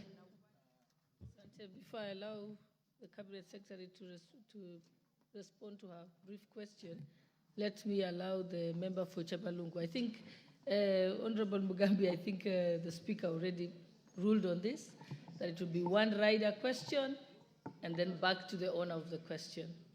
It's okay. Thank you, Speaker. While I appreciate the response from the CS, I would like to make him aware that it's also nice for him and his team to visit these particular villages that I talked about, because I'm the member of parliament and I know what happens. In a particular situation, I was attending a funeral in a village called Kabalwa. It was raining at Sigor town, but upon reaching Kapalwa, it was dry, or it was dust everywhere. And one MC by the name Henry from Kabalwa village really challenged me that whenever there is rainfall, whenever they see signs of rain from these particular villages that I mentioned in this particular question, the person who does irrigation or farming from the neighboring village, these particular companies, he told me in black and white that he normally comes out, shoots the cloud. Those who are his local words. He simply told me that he normally comes out, shoots the cloud, and the next moment there is no rain in these particular villages. That's why, as a member, I took it upon myself to raise the question on their behalf.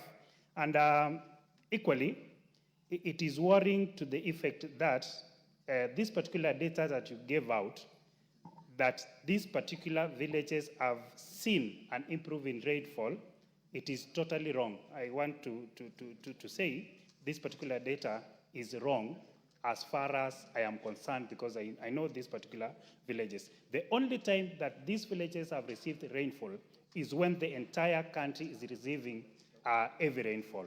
That is almost 1 year ago. But in normal situations where we see patterns of rain, these particular villages that I've mentioned here don't receive any volume or any rainfall at all. So while I appreciate you, I really want to encourage the ministry that you lead now to go back to these villages, get real information, and come back with proper data that will guide what you will do as a ministry, so that we see these particular villages benefiting from the rainfall, because it's dry. It's really dry when there is no heavy rainfall from the country. Thank you, Speaker. Thank you. Honorable Cabinet Secretary, do you have a rejoinder? Thank you, Madam Speaker. To the member for Chapalungu, Chapalungu is a very great constituency led by a great man called Isaac Ruto, who I have a lot of respect for. I want to assure you, after I leave here, please give me your number when you are ready. The Kenya Meteorological Director General and all our researchers will go with you, visit with you all the villages. We work for the people of Kenya, and they will come back to us. So you tell me when you are ready, because I want you to be there. So that. Secondly, to my sister, Zamzam, Honorable Zamzam, I agree with you. I'll talk about this matter in a later question that Honorable TJ Kajwang has raised. How sewer in our counties are dysfunctional, how there's poor management of the sewer manholes, how there's illegal dumping on our water bodies, the seas, the rivers. So I think when I reach that question, Madam Speaker, I think I'll give a more comprehensive statement on the position countrywide. Thank you. Okay, thank you. Honorable members, let's move to our third question, number 106 of 2024, by the Honorable Timothy Wanyonyi, member for Westlands. Thank you, Madam Speaker. And I want to congratulate the Minister for his new assignment in the Ministry of Environment, because the Ministry of Environment, Madam Speaker, all over the world is now the in thing. Everybody is talking about climate change. Everybody is looking at how we can rescue our planet. And I'm sure Honorable Duale is up to the task. And we know he has passion for anything he does. So, Madam Speaker, allow me to ask my question. Question number 106 of 2024 to the Cabinet Secretary for Environment, Climate Change, and Forestry. Could the Cabinet Secretary explain the reasons behind the depletion of rivers, including the number of permanent rivers that have dried up in the country over the past 4 years, and the plans by the ministry to address and mitigate the situations? Question 2, enumerate the entities and groups that discharge their affluent in the rivers, along with the number of private dams constructed in the last 2 years, and the policy statement outlining the penalties imposed on such entities for negative environmental actions. Number 3, disclose the policy statement allowing the cultivation and re-entry of communities into forested areas, specifying the regions and roadmap for such action and the acreage likely to be affected by the forest, per forest. Question 4, outline the measures put in place to reclaim, safeguard, and sustain all riparian areas and vulnerable ecosystems within the country. Thank you, Madam Speaker. Cabinet Secretary, you may proceed. Honorable Madam Speaker, before Honorable Zamzam walks out, there's a question that she asked, I have forgotten, on the coconut trees. I want to confirm that I am here with the CEO of KEFRI. KEFRI and Carlo have developed a hybrid that is shorter and faster growing coconut trees. They are available in Mutwapa, they are available in Gede, in Kilifi, and we are ready. And also, Madam Deputy Speaker, the 15 billion tree growing initiative of President William Ruto in his strategy to restore our ecosystem, 30% of those seedlings are fruit trees. And I really want to ask members of parliament to help that strategy, take charge of the 30%, give to our rural women in our constituencies, our villages, and that will even first restore our ecosystem, our forest cover, and then help reduce poverty. Madam Speaker, coming back to the question by Honorable Tim Wanyonyi, a man I have respect for and has represented the people with disability in this House for a number of parliaments, is that it was the issue of river depletion is a critical concern that is on this government's agenda. Under the leadership of His Excellency the President, the government has made a concerted effort to address the causes, recognizing their far-reaching impacts on water resources, on the livelihoods of our people, and the future of our nation. Allow me to elaborate the main causes of this challenge, highlighting very few because the document I have provided to Honorable Wanyonyi and to the Office of the Clerk.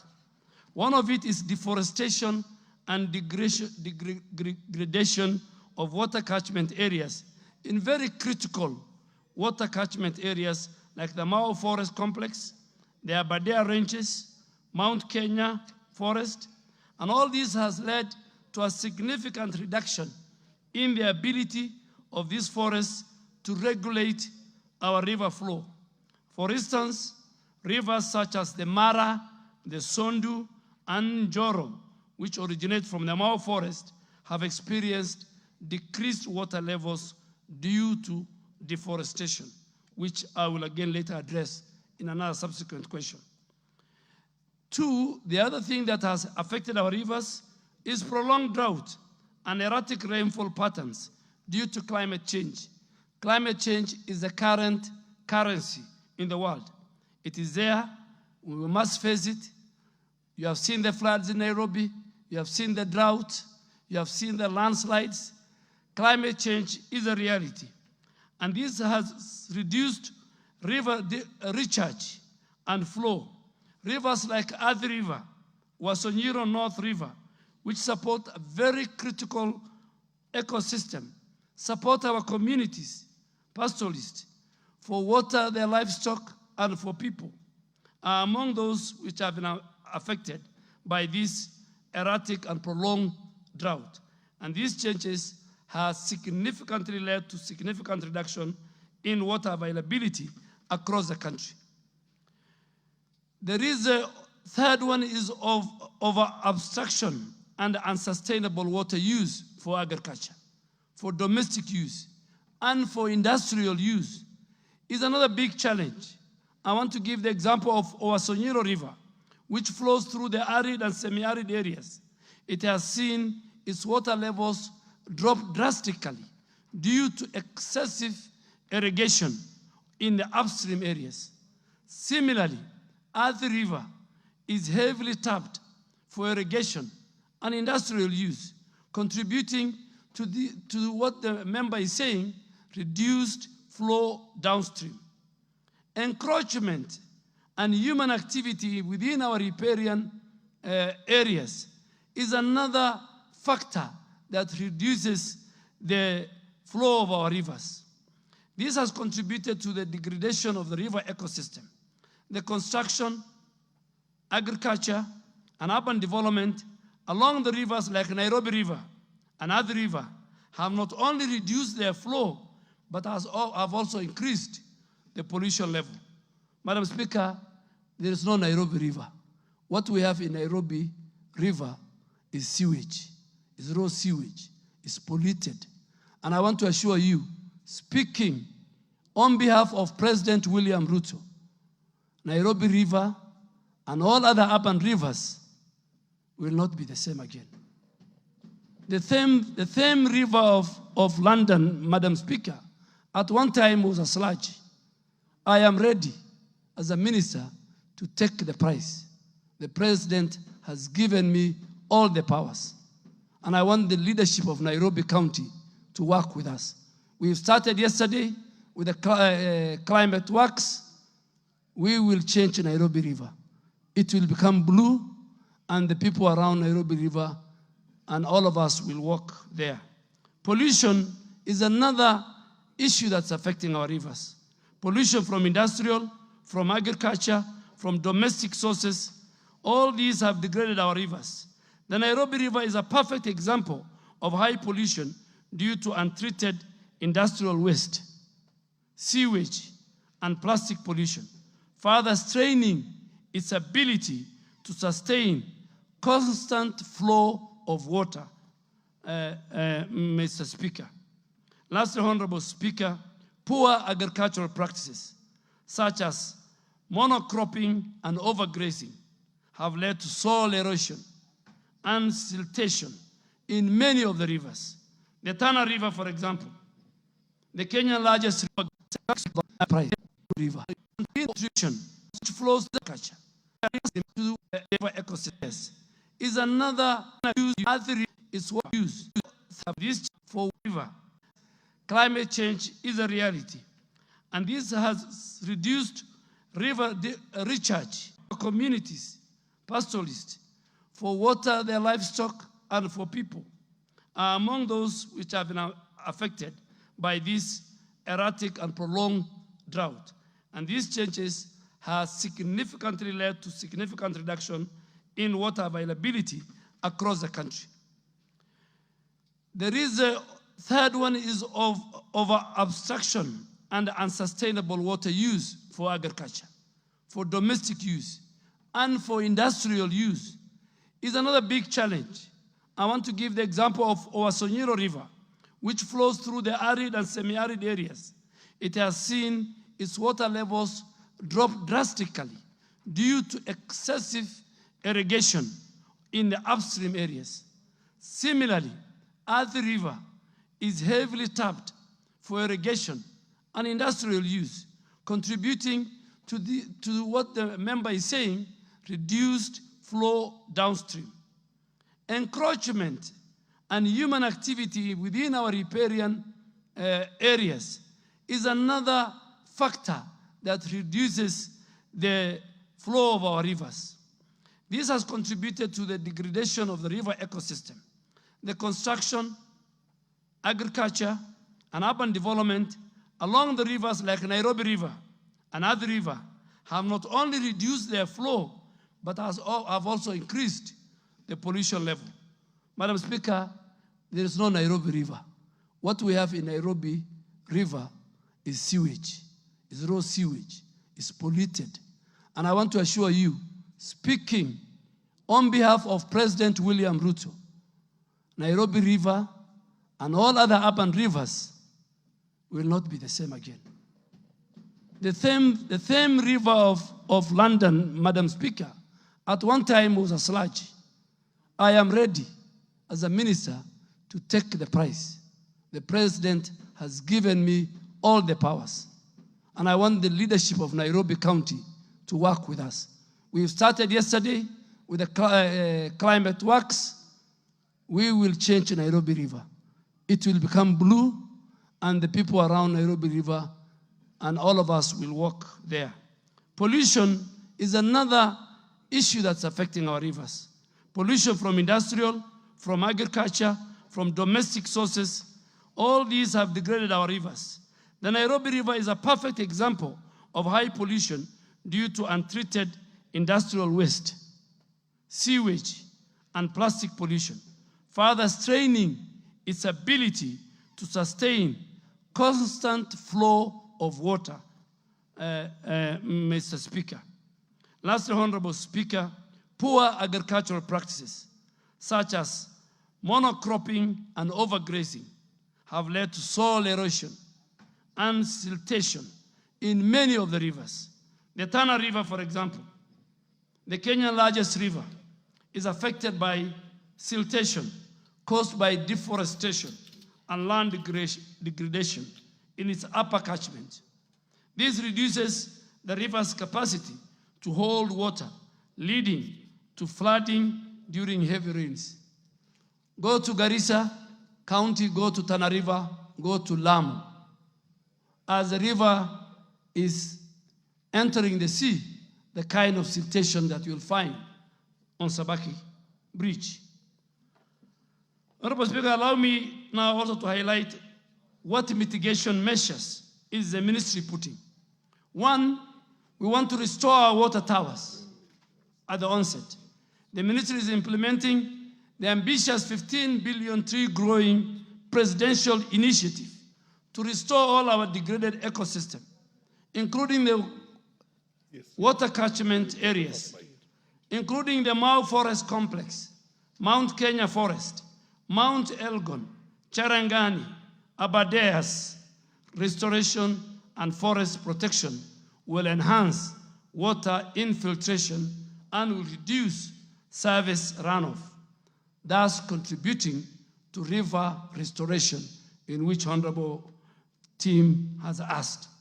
Mr. Speaker, to address climate change the ministry has developed the third National Climate Change Action Plan, 3, which was launched during the inaugural First African Climate Summit held in Nairobi in September 2023 by President William Ruto. And he today is the chair of African Climate Heads of State and Government. That coordinating of that national plan into a sectoral sectors, plans into many ministries and counties for implementation. For example, the Ministry of Agriculture is implementing what we call climate smart agriculture and other adaptation strategies to enhance water conservation.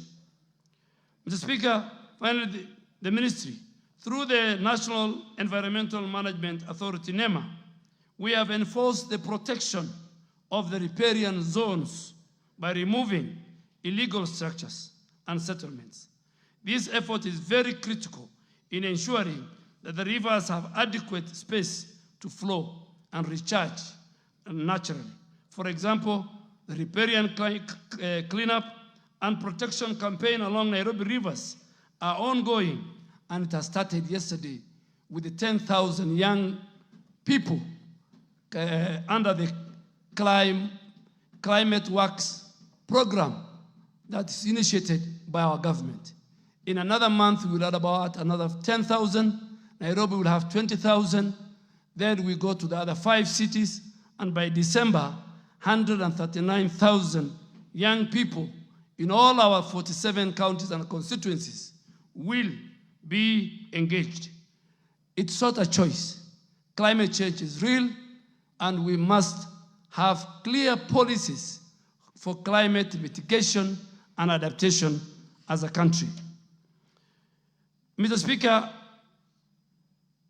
Honorable Tim Wanyonyi also sought our indulgence to enumerate the entities that discharge effluent in the rivers and the policy statement outlining.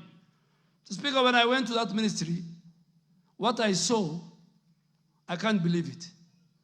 The people who pollute Nairobi rivers is not the informal settlements.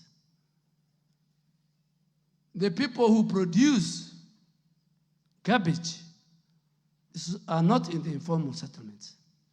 They are found in the middle class. Me and you. Me and the member sitting here.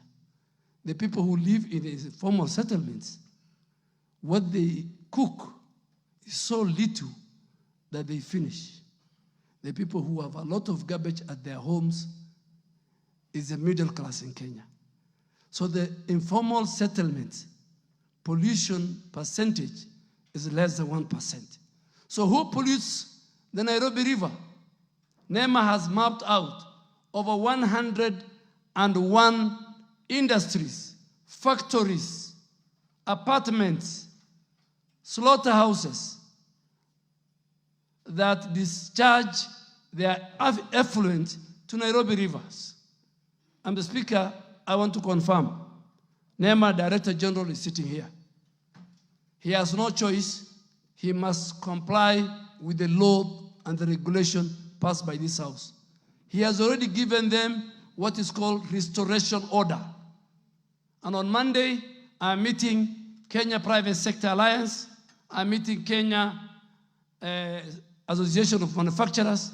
And I will tell them, if you are discharging effluent to Nairobi River, you either close and pack, or you find how you deal with that effluent in accordance with the MCA Act passed by this House. Mr. Speaker, NEMA, as I said, out of the 145 facilities and factories and slaughterhouses and apartments mapped out, 101 facilities have been listed by NEMA as having compliance issues as attached list, and that you'll find in Annex 1. NEMA has also issued restoration order to all the non-compliant facilities to ensure that they set up effluent treatment plants and they treat their waste water to meet the national standards under the Environmental Management and Coordination Water Quality Regulations 2006, passed by this House before discharge. The last question, Mr. Speaker, of Honorable Wanyonyi was to disclose the policy statement.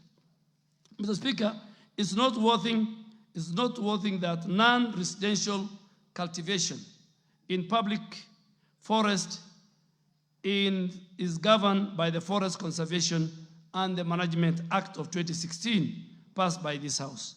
This act establishes the Kenya Forest Service and vested it with a mandate to develop and sustainably manage, including conservation and rational utilization of all forest resources for the country's socio-economic development and our other connected purposes. Honorable Speaker, Section 48, 49, and 50 of that Act provide guidelines for community participation in forest conservation and management. Under these provisions, the Kenya Forest Service issued guidelines for non-residential cultivation and engage local communities. You cannot be in our forest as residential.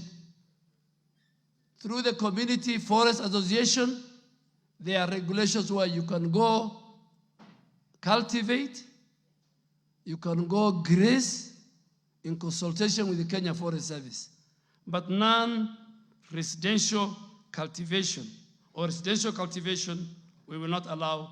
Our communities do a lot. They work with the Kenya Forest.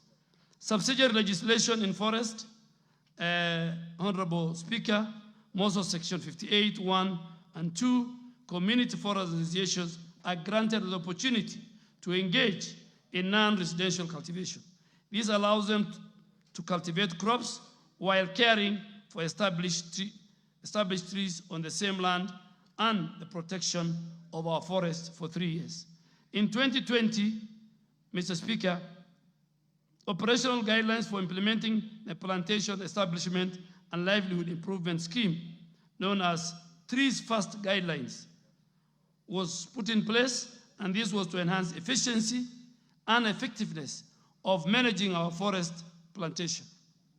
Honorable Speaker, allow me also now to highlight forest cultivation in Kenya faces several challenges, despite the framework and the efforts that the law that this House has put in place.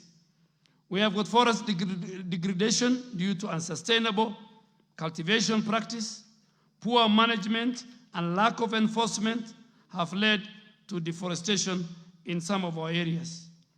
I am here with the Chief Forest Conservator, and we have agreed in principle that our rangers, our foresters, it will not be business as usual. We must, all of us, from the top to our citizens, we must protect our ecosystem, we must protect our biodiversity.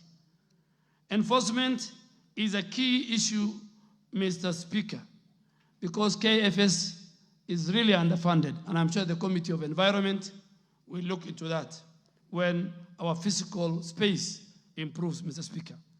Population pressure and conflicts over land use has caused more forest encroachment.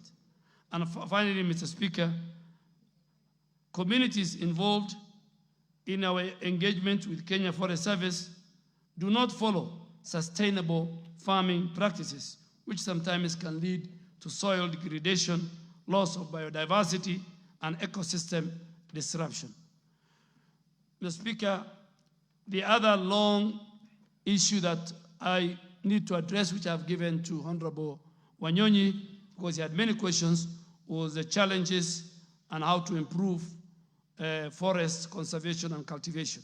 The ministry has intensified its efforts to enforce forest conservation laws,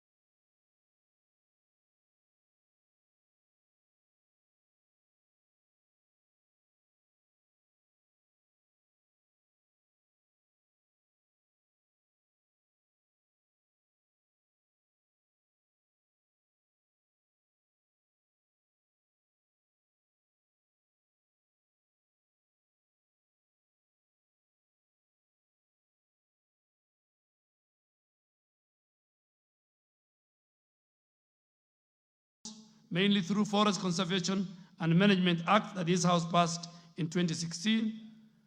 The ministry has recruited more than 2,664 forest rangers to bolster our enforcement and monitoring activities across all forested areas, increasing funding for the Kenya Forest Service, and we want to thank the President. In all subsequent government, it is President William Ruto's tenure that over 2,000 vegetation and all like that, but now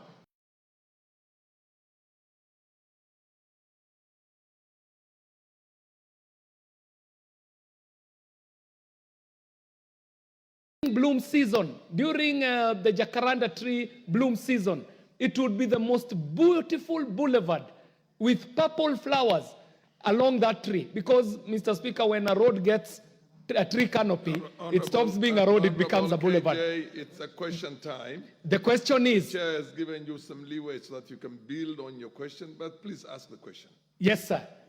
Yes. Mr.